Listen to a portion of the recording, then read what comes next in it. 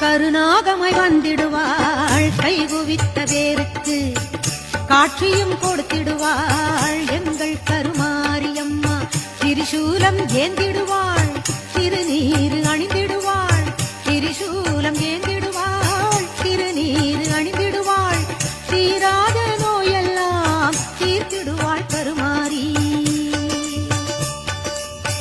சரவிளக்கு சுடர்விடவே சாற்றிய மாலை எல்லாம் குருமறைக்க